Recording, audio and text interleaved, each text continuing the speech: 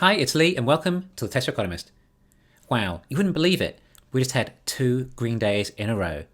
Hopefully, this means Elon is no longer selling too. In fact, the stock actually recovered all the way to $183 as I'm writing this, up 7.7%. Okay, I think we can all agree this is nice to see.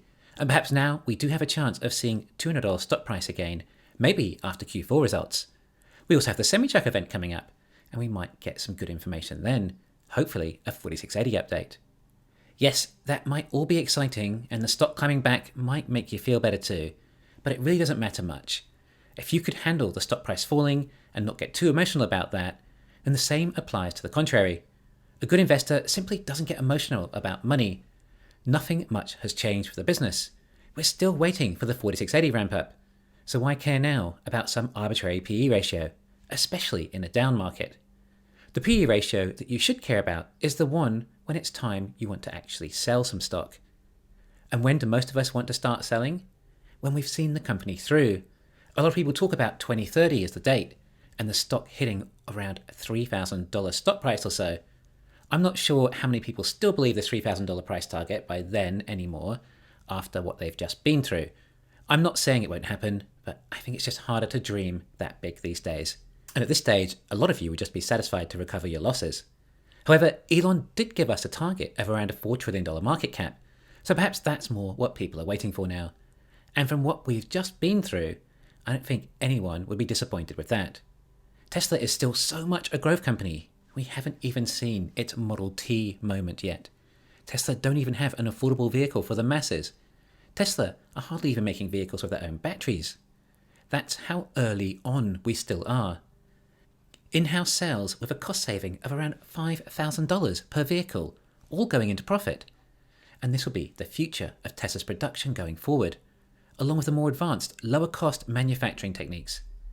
And then we've barely even scratched the surface with the energy business, and have only recently started running a dedicated factory for megapacks. And the AI is still far from its potential, along with many other potential gold mines with Tesla. Personally, I'm waiting out this 4680 ramp. I want to get an indication of how long it takes for Tesla to ramp up 4680 production. Elon talks about 1,000 gigawatt hours a year just in the US. Possibly not all 4680 cells, but it would be good to know at what rate they can build them. Once we start seeing some real progress, perhaps with the next announced factory, how long will it take to start from scratch a new vehicle factory with accompanied cell and battery factory? Then Tesla can rinse and repeat that product. It would be great to see how they deal with lithium refining too. I think when we get an indication of how fast things can grow at this next level, then it will be easier to assess the future of this company. And now we're suddenly hearing rumours that the next factory will be in South Korea. I don't think many people expected that.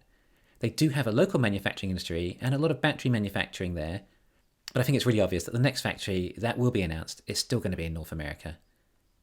It's the P ratio that matters when we hit these milestones, not the one that depressed people give it who can't see the future we envision. When we start seeing this kind of progress and the company leveling up to this next stage that Elon has been promising for some time, then the stock price would likely have another breakthrough due to this and hit this Apple plus Aramco valuation. When we see the next stage of Tesla actually starting to get on track. It's around this time when you should really care about what the P ratio of Tesla is, not today.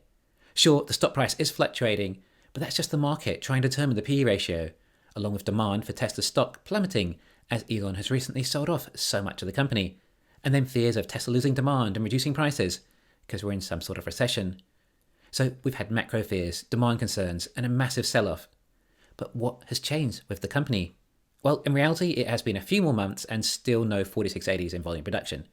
In my opinion, or at least my best understanding of this business, that is the most negative aspect right now. Even if the stock dropped to $140 and then Elon says 4680s are 50 gigawatt hour run rate, then I'd be happier about my investment than now at around $180 stock price. Assuming the reason we're not at $140 is total global economic meltdown or China invading Taiwan or something catastrophic. But you get my point. I judge the business on the business, not the current stock price.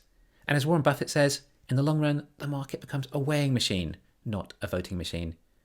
Anyway, it looks like investors are waking up to the fact that Tesla had been incredibly oversold. The sentiment is changing. People are waking up again and remembering how amazing this company is. it looks like they're actually going to deliver a 500-mile range semi-truck, which many people doubted.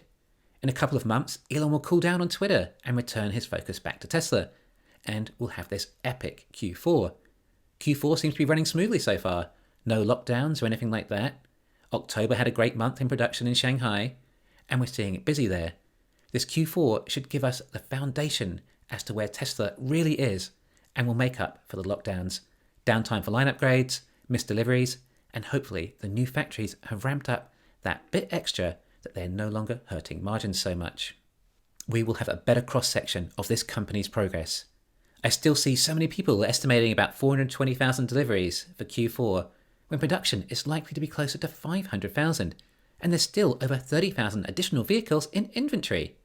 As Q4 always is the biggest quarter for autos, and the last quarter of the year, it's possible Tesla may decide to push this quarter. Tesla is using a different logistics strategy currently, or at least did for Q3, in order to reduce costs and deliveries, but perhaps for Q4, Tesla may revert back somewhat to paying premiums to push the cars out for the quarter and hit the 50% milestone for increased deliveries year over year. Who knows, maybe there's a chance my February call option will actually be in the money by then. A lot can happen in the world, the economy, and certainly with Tesla in 3 months. Tesla is a volatile stock, so don't be too surprised when it behaves volatile. No one said Tesla is going to be an easy investment, and you can ride it out all the way to the moon without any turbulence, hence terms like diamond hands. Then the overall mood of the market is changing, as it feels like the Fed are starting to relax, and rate hikes may be slowing. It doesn't mean it will go the opposite direction necessarily, but it certainly makes people feel better. It's amazing how quickly people's sentiments can change. Then if you do a proper forward-looking year, it's very easy to see that 2023's earnings will be more than 3 times what our current trailing 12 months earnings are. 3 times by next year. We're now up almost 8% for the day at the time I write this, and I know there is some good news for the day, but this does seem like a big jump.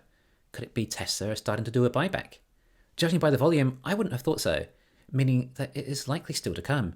If Tesla really are going to buy back about $10 billion, then I'd guess that alone could see us back to $200. And if this Q4 is as epic as Elon is saying, then you'd think perhaps they'd buy back before that gets announced. Then the additional tax for buybacks that kicks in next year would be another reason to buy back sometime soon. It could even create a bit of a squeeze. Wow, it sure must be scary being short Tesla sometimes. Anyway, are you feeling more confident about the company now? Are you kicking yourself for not buying more when Tesla was that low? Well, that's still your emotions. You did what you thought was best at the time. I still don't regret buying 2025 Leaps when the stock was at $240. I know it was a good price, and allows 2 more years for Tesla to hit around 100 gigawatt hour a year run rate for 4680s, and it will still be an amazing investment. Thanks for listening. Please hit the thumbs up and subscribe. You can follow me on Twitter and talk to me on Patreon.